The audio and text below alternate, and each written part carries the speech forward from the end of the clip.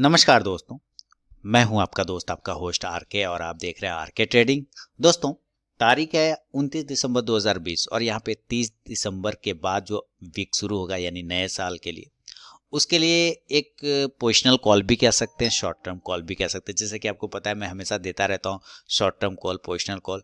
तो उसी कंडीशन में ये मैं फिर से स्टॉक लेकर आया हूँ जिसका नाम है मुथूट फाइनेंस। हालांकि मुथूट फाइनेंस को मैंने पहले भी दिया था, जिसने ये टारगेट अचीव करके दिया था। लगभग मैंने 600 के आसपास था। ये जो आप देख रहे हैं ना यहाँ पे ड्राइंग, इसी के पास मैंने दिया था। वहाँ से लेकर वो बहुत ही ज़बरदस्त मूवमेंट आया जब उसका ब्रेकआउट हुआ, तो एक अच्छा खासा 1400 तक का हाई लगा गया। लेकिन रिसेंटली फिर मैंने 1200 के पास दिया था, जो कि अभी भी वो लेवल एक्टिवेट है। लेकिन इसके लेवल में मॉडिफाई करूंगा और साथ ही इसमें और भी बेहतरीन सब चीज़ें आपको दिखाने और समझाने की कोशिश करूंगा कि मुथूट फाइनेंस मुझे क्यों पसंद आ रहा है नए साल में। तो नए साल के लिए एक छोटा सा वीडियो मैं आपको दे रहा हूँ। नए साल में नए जनवरी में हो सकता है कल ही ये लेवल आ जाए, हो सकता है परसों आ जाए, हो सकता है 10 दिन बाद आ जाए, कोई दिक्कत नहीं। लेकिन इसमें कंडीशन है दोस्तों, अब ये ध्यान से सुनिएगा कंडीशन क्या है। इसमें मैं आपको सिर्फ वन साइड का लेवल नहीं दे पाऊंगा, पहले समझ लीजिए। वन साइड का लेवल नहीं दे पाऊंगा। क्यों? क्योंकि इसके पैटर्न मुझे बता रहे हैं कि वन साइड का लेवल ये जरूरी नहीं है कि टच करे। टच करता है तो अच्छी बात है, नहीं टच करता है तो कोई बात नहीं। तो इसलिए दोनों साइड के लेवल को लेके बैठना पड़ेगा। बाय साइड जाएगा तो हम बाय साइड काम करेंगे, सेल साइड आएगा तो हम सेल साइड काम करेंगे। इसके लिए चूंकि बड़ा रेंज है ना, और नए साल के लिए तो हम क्यों एक साइड इसमें ट्रेड करने की कोशिश करें। अगर वो लेवल नहीं आ पाया तो अगर दूसरे तरफ का लेवल ट्रेड हो रहा है तो हम दूसरे तरफ ट्रेड कर लेंगे, कोई टेंशन वाली बात नहीं है। क्योंकि हमारा पैसा तो बाय साइड भी लगना है और सेल साइड भी लगना है, तो जिधर भी लेवल आएगा उधर हम ट्रेड कर लेंगे पहले।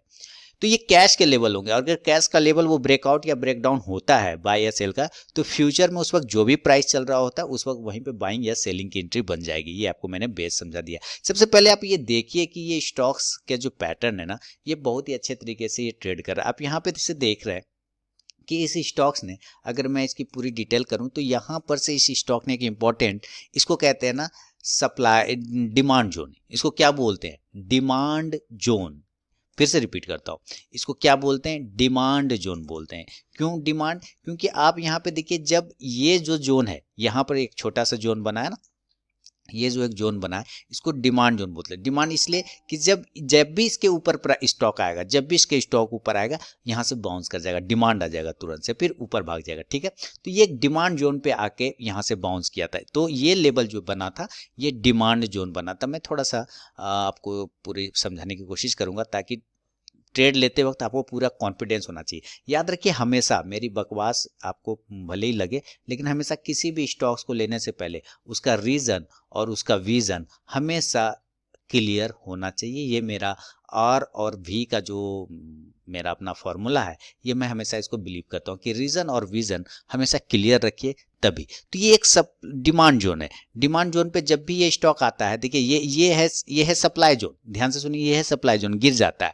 और ये है डिमांड जोन। जब भी इसके ऊपर स्टॉक आता है तो इसमें बाइंग आ जाती है। लेकिन ये डिमांड जोन आने के बाद फिर वो नीचे आया, और नीचे आने के बाद फिर एक यहाँ पर, अब ये डिमांड जोन कहाँ शिफ्ट हो गया? यहाँ शिफ्ट हो गया। क्योंकि यहाँ पर आने के बाद वापस प्राइस ऊपर जाता है, फिर यहाँ से आने के बाद वापस यहाँ से प्राइस ऊपर जाता है। तो ये सारे वापस देखिए नीचे आता है, लेकिन ये जो डिमांड जोन यहाँ पे, ये डिमांड जोन अब यहाँ शिफ्ट हो गया था, उसको वो ब्रेक नहीं करता है, वापस यहाँ से ऊपर चला जाता है। यानी ये सारे लेवल क्या हो गए? डिमांड जोन में कन्वर्ट हो गए। ठीक है, डिमांड जोन में कन्वर्ट हो गए। ये एक छोटा सा लाइन मैं यहाँ पे लगा देता हूँ।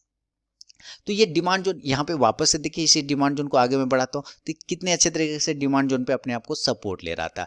अब ये डिमांड जोन पे तो सपोर्ट ले रहा है, ये हमने देखा कितने बार लिया, 1 2 3 4 5। लेकिन रिसेंटली इसने, अगर मैं इसका डेट अगर देखूं तो इसने जो है सितंबर मंथ में उस डिमांड जोन, अब ये नंबर दे देता हूं, क्या दे देता हूं? नंबर, ताकि आपको समझने में परेशानी नहीं होगी। ये है फर्स्ट डिमांड जोन। ठीक है, ये हो गया आपका फर्स्ट डिमांड जोन, और ये हो गया सेकेंड डिमांड जोन, और ये हो गया थर्ड डिमांड जोन। अब ये सितंबर मंथ में इस थर्ड डिमांड जोन को इसने ब्रेक किया नीचे। जैसे ही थर्ड डिमांड जोन पे ब्रेक किया नीचे, तो ये सेकेंड वाले डिमांड जोन पे आके रुक गया। आप देख रहे हैं, सेकेंड वाले डिमांड जोन पे अपने आप को होल्ड कर लिया। आप कहेंगे हाँ बिल्कुल होल्ड कर रहा है। तो इसका मतलब क्या है कि अब ऊपर के लिए, ध्यान सुनिए, अब ऊपर के लिए क्या हो गया इसमें कि अप साइड के लिए इसका क्या हो गया कि D3 D3 क्या हो गया, एक रेजिस्टेंस में कन्वर्ट हो गया, यानी कि ये जो डिमांड जोन 3 नंबर था ना वो एक रेजिस्टेंस बन गया। और D2 जो है, D2 मतलब डिमांड टू होगा ना, डिमांड 2 जो है क्या हुआ, एक सपोर्ट बन गया। ये क्या बन गया, सपोर्ट बन गया। अब वापस इसी डिमांड 2 से ये भागा ऊपर, देखिए भागा ना, यही मैं कह रहा था, समझाने की कोशिश। वापस यहाँ से भागा और ये वापस ऊपर की साइड में चलता चला गया और वापस से एक राउंडिंग बॉटम पैटर्न बना दिया। क्या बना दिया, राउंडिंग बॉटम पैटर्न बना दिया। देख रहे हैं क्या, देखिए चार्ट बोलता है, मैं अगेन बोल रहा हूं, क्या होता है, चार्ट बोलता है, बशर्ते आप चार्ट की भाषा समझें तब। लेकिन चार्ट की भाषा आप कब समझेंगे, जब आप चार्ट देखेंगे कंटिन्यू बैठ के ना, तब आपको चार्ट क्या भाषा समझ में आने लगेगा कि चार्ट क्या बोल रहा है। चार्ट ये बोल रहा था भैया D2 को, डिमांड 2 को हम तोड़ेंगे तो हम D1 के पास चले जाएंगे, लेकिन नहीं तोड़ा, यहाँ से बाउंस कर गया। तो कहने का मतलब यहाँ से सपोर्ट बन रहा है, यहाँ से एक छोटा सा इसने एक फ्लैग बना दिया। देखिए अब मैं फिर क्लियर करता हूँ, अब यहाँ से एक छोटा सा इसने फ्लैग बना दिया ऐसे, और ये फ्लैग बनाने के बाद फिर यहाँ से ब्रेकआउट करता है, और ब्रेकआउट करने के बाद एक राउंडिंग बॉटम बना लेता है, जो कि ये D3 का डिमांड जोन के पास एक सपोर्ट क्रिएट कर लेता है। क्लियर है ना, आप कहेंगे हाँ, फीडबैक देंगे ना वीडियो के कमेंट सेक्शन में, समझ में आ रही है बात फीडबैक वाली, तो फीडबैक वीडियो के कमेंट सेक्शन में जरूर दीजिए। तो ये चीजें तो हो गया, यहाँ से एक मूवमेंट आया स्टॉक में, बहुत बढ़िया। अब आगे देखिए क्या क्या होता है, फिर धीरे धीरे ये आगे चला गया, स्टॉक मूवमेंट करता रहा, चूंकि वोलेटाइल स्टॉक है मूवमेंट करेगा ही। अब यहाँ से स्टॉक्स ने क्या किया, रात के 9 बज गए, घंटी बज गया।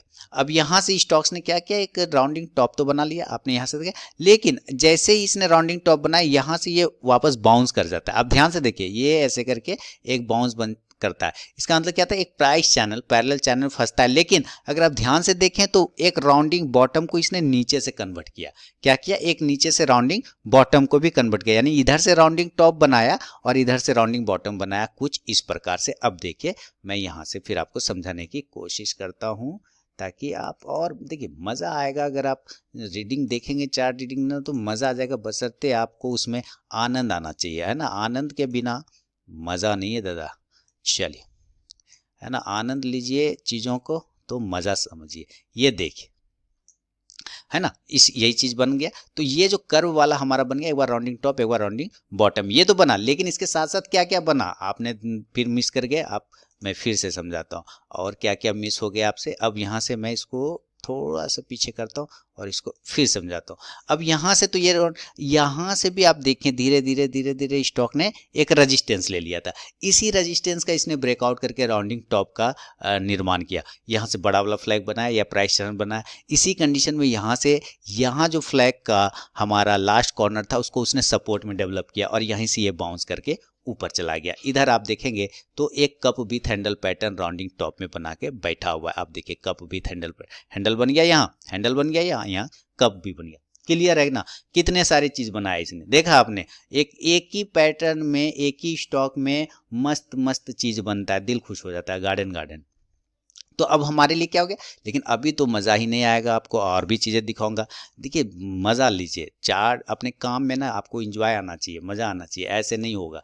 अब यहाँ से देखिए इसने क्या कर दिया कि एगो टॉप बना दिया, एक टॉप यहाँ बना दिया, ऐसे करके बना दिया। हमें तो कुछ करना ही नहीं पड़ा, हमने तो सिंपल सिंपल अपना पेन को खोला ऐसे करके और हमने देखा कि अच्छा ये हिसाब है, तो चलो हम लोग इसको क्या करते हैं, इसको क्लिक करते हैं और ये स्टॉप को ऐसे करके मार्क कर दिया, स्टॉप को भी ऐसे मार्क कर दिया, स्टॉप को फिर ऐसे मार्क कर दिया। ऐसे करने के बाद फिर हमने देखा अच्छा ये भी बॉटम है, कोई बात नहीं, यहाँ भी बॉटम आ रहा है, कोई बात नहीं। ऐसे ऐसे करते करते करते करते हम लोग देखते चले गए और भी पीछे आ गए हम लोग। कहाँ आ गए, और भी पीछे आ गए ऐसे करके। फिर एक लाइन उठाया हमने यहाँ से, क्या ऐसे करके एक लाइन उठाया और इस तीनों को आपस में ऐसे करके जोड़ दिया। ठीक है, क्या किया, इस तीनों को आपस में जोड़ दिया। अब मैं यहाँ से जोड़ूंगा फायर्स वाले से, ये ट्रेंड लाइन लिया और इस ट्रेंड लाइन को ऐसे करके आपस में जोड़ दिया।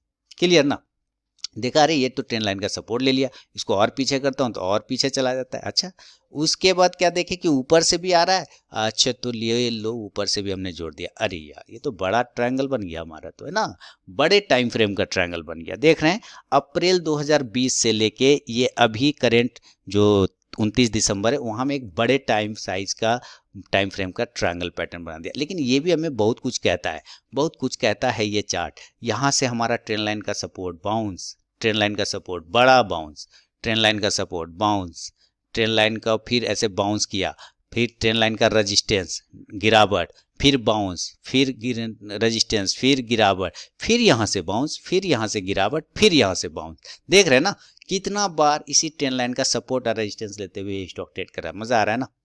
फीडबैक देंगे ना। चलिए अभी यहाँ से अब करते करते क्या बता रहा है वापस से कि भाई तो अब तो दो सिनेरियो बनते हैं हमारे। क्या सिनेरियो बन रहा है? ये सिनेरियो कुछ इस प्रकार से बन रहा है हमारे सामने में कि भाई हमारे लिए ये सपोर्ट भी बन सकता है और हमारे लिए ये रेजिस्टेंस का काम भी ये ट्रायंगल पैटर्न कर सकता है। कैसे? कि यहाँ से ये रेजिस्टेंस लेके गिर जाता है, यहाँ से रेजिस्टेंस लेके गिर जाता है, यहाँ से रेजिस्टेंस लेके गिर जाता है, यहाँ से सपोर्ट लेके उठ जाता है, सपोर्ट लेता है, सपोर्ट लेता है, उठता है। तो यहाँ पर अभी पास में, अब यहाँ से अगर ये रेजिस्टेंस लेता है तो ये गिर जाएगा, है ना? कहिए हाँ हाँ वो गिर जाएगा। अगर नहीं लेता है, ठीक है, नहीं लेता और यहाँ अभी ये ऐसे ही नीचे आ जाता तो ये सपोर्ट ले लेगा, तो फिर यहाँ से बाउंस करेगा। आप कहिए हाँ ठीक है। तो इसका मतलब जो मैंने शुरू में आपको बोला कि भाई मैं ना सिर्फ बाय का दूंगा ना सेल, बल्कि मैं बाय और सेल दोनों के लेवल दूंगा। क्यों? क्योंकि पैटर्न वो बता रहा है भाई कि हम क्या कर सकते हैं दोनों के लेवल। इसलिए अगर नए साल में आपको मुथूट फाइनेंस में बाय का पोजीशन बनाना होगा तो 1250 रुपए के ऊपर बनाएंगे। कितना के ऊपर बनाएंगे? बाय एबव 1250, 1250 रुपए के ऊपर अगर मुथूट फाइनेंस निकलेगा ना तभी हम बाय का पोजीशन बनाएंगे। ये प्योर टेक्निकल है, इसमें कोई एवरेज तेवरेज लगाने का कोई ज़रूरत नहीं है। मूविंग एवरेज, RSI, इंडिकेटर गोली मारिए, सिर्फ टेक्निकल एनालिसिस के बेस पे 1250 के ऊपर जब ये निकलेगा तभी क्लोजिंग बेसिस पे हमारा पोजीशन बनेगा बाय साइड में। और इस कंडीशन में अगर स्टॉप लॉस की बात करें ना तो हम स्टॉप लॉस 1200 रुपये का लगाएंगे, 1200 का स्टॉप लॉस लगाएंगे। और टारगेट तो दिल खुश कर देगा। टारगेट 1300 का फर्स्ट टारगेट, दूसरा टारगेट 1350 का और तीसरा टारगेट 1400 का, यानी कि 1400। अगेन बाय अब 1250 on the closing basis, stop loss 1200 का, 1200 का। पहला टारगेट 1300, दूसरा टारगेट 1350, तीसरा टारगेट 1400, 1400 का हमारा टारगेट होगा। ये 1400 का टारगेट है थर्ड टारगेट। ये हुआ बाय साइड का। लेकिन जरूरी नहीं है, अकॉर्डिंग चार्ट रीडिंग ये कोई जरूरी नहीं कि ये बाय साइड जाए, है ना? क्योंकि हमारा रीडिंग बता रहा है कि भाई ये ऊपर गया तो ठीक है, अगर रेजिस्टेंस लेके नीचे भी गिर सकता है, जैसे कि हिस्ट्री में पीछे भी गिरा है। ब्रेक करता है तब तो ठीक है, 1250 के ऊपर हम ले लेंगे। लेकिन अगर वो नीचे आ जाता है, नीचे ब्रेक कर जाएगा तब तो हम सेल करेंगे ना।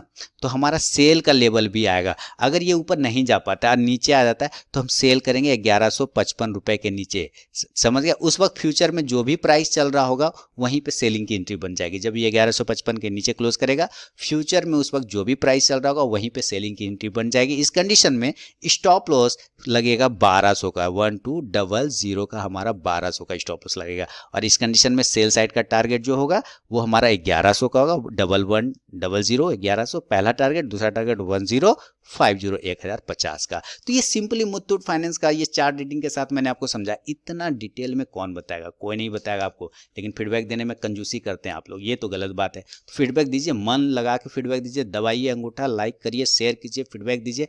मिलता हूँ नेक्स्ट वीडियो में दोस्तों, एक नए वीडियो के नए स्टॉक के साथ। तब तक के लिए बहुत बहुत धन्यवाद दोस्तों।